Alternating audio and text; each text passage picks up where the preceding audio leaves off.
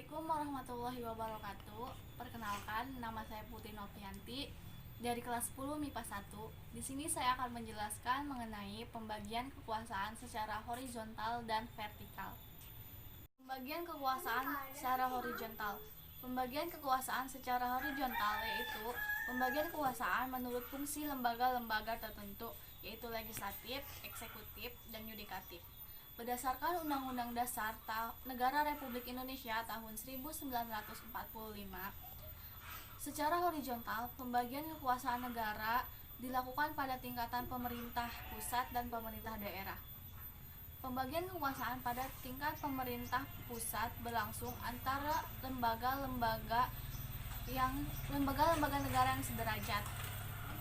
Pembagian kekuasaan pada tingkat pemerintah pusat mengalami pergeseran klasifikasi dari 3 jenis kekuasaan menjadi 6 jenis kekuasaan, yaitu kekuasaan konstitutif, kekuasaan legislatif, kekuasaan eksekutif, kekuasaan yudikatif, kekuasaan eksaminatif, dan kekuasaan moneter. Pembagian kekuasaan secara horizontal pada tingkat pemerintah daerah berlangsung antara lembaga-lembaga daerah yang sederajat, yaitu antara pemerintah daerah dipegang oleh kepala daerah dan wakil kepala daerah serta DPRD. Pada tingkat provinsi, pembagian kekuasaan berlangsung antara pemerintah provinsi yang dipegang oleh gubernur dan wakil gubernur serta DPRD provinsi. Sedangkan pada tingkat kabupaten kota dipegang oleh bupati dan wakil bupati atau wali kota dan wakil wali kota serta DPRD kabupaten kota. Pembagian kekuasaan secara vertikal. Pembagian kekuasaan secara vertikal merupakan kekuasaan tingkat berdasarkan tingkatannya, yaitu pembagian kekuasaan antara beberapa tingkat pemerintah.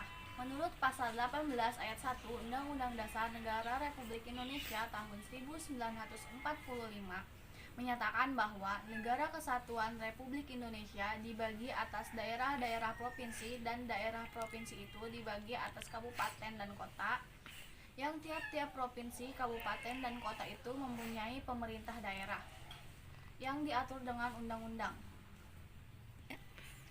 Berdasarkan ketentuan tersebut, pembagian kekuasaan secara vertikal di negara Indonesia berlangsung antara pemerintah pusat dan pemerintah daerah, atau pemerintah provinsi dan pemerintah kabupaten atau kota. Pada pemerintahan daerah berlangsung pula pembagian kekuasaan secara vertikal yang ditentukan oleh pemerintah pusat. Hubungan antara pemerintah provinsi dan pemerintah kabupaten kota terjalin dengan koordinasi, pembagian dan pengawasan oleh pemerintah pusat dan bidang administrasi dan kewilayahan. Pembagian kekuasaan secara vertikal muncul sebagai konsekuensi dari diterapkannya asas desentralisasi di Negara Kesatuan Republik Indonesia. Dengan asas tersebut, pemerintah pusat menyerahkan wewenang pemerintah kepada pemerintah daerah otonom untuk mengurus dan mengatur sendiri urusan pemerintah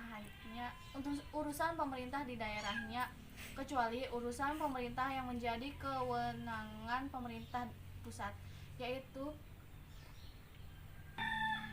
kewenangan yang berkaitan dengan politik luar negeri, ketahanan, keamanan, justisi, agama, moneter, dan fiskal. Hal tersebut ditegaskan dalam Pasal 18 ayat 5 Undang-Undang Dasar Negara Republik Indonesia tahun 1945 yang menyatakan pemerintah daerah menjalankan otonomi seluas-luasnya kecuali urusan pemerintah yang oleh undang-undang ditentukan sebagai urusan pemerintah pusat. Sekian dari saya. Assalamualaikum warahmatullahi wabarakatuh.